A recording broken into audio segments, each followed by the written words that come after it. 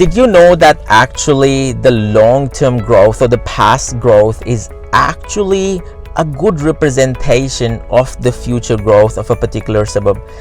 Thank you for listening to me today. This is Moss from Investor Partner Group. I help create sustainable property portfolios without impacting or sacrificing lifestyle. I help do that through transitioning you from mediocre investing to high net worth investing without getting stuck by educational providers, by people trying to be blocked by the bank. Okay, so let's talk about the actual topic in its essence. If you think about the overall cycle, the 10-year cycle of the property, or should I say 12 to 15-year cycle, an average mature growth of any suburb sits somewhere around 6 to 6.5%. Okay, one of the key indicators is when you're looking at that long-term growth, what you want to typically understand is how much growth has already happened and how much growth is about to happen, and that's what everyone is trying to achieve. If you're looking at 10-year trends and if the suburb hasn't hit its maturity, it's not delivering 6.5% right now, you need to understand that subsequent growth is going to come in the future as well. Now, the important thing is this: the growth does not happen in linear fashion. It's not that you're going to get 5.5%, 6% or 8% growth every year.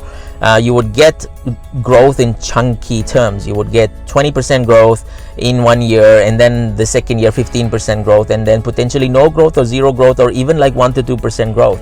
A lot of what education providers or other buyers agents or property advisors or sales agents try to push you is they try to push you towards the short-term growth, where your focus should be not just the short-term growth but also the long and the medium-term growth that you want to actively catch on to.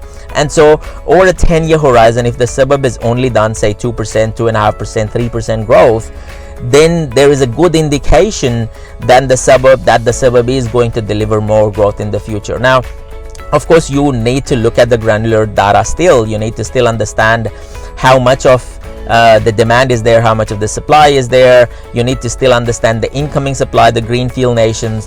You need to still understand the affluency of the suburb in itself as well.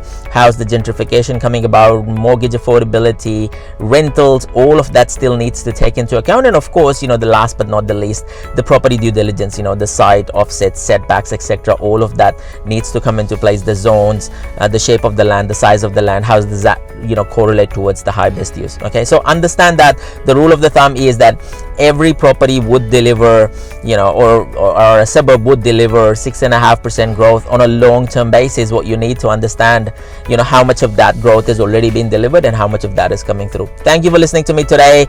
Don't listen to people who are just saying that the past growth is not a good representation of the future. Sometimes it is, because not enough growth is a good indication that there would be future growth coming through as well, based on all the other indicators that we talked about. Thank you for listening to me today.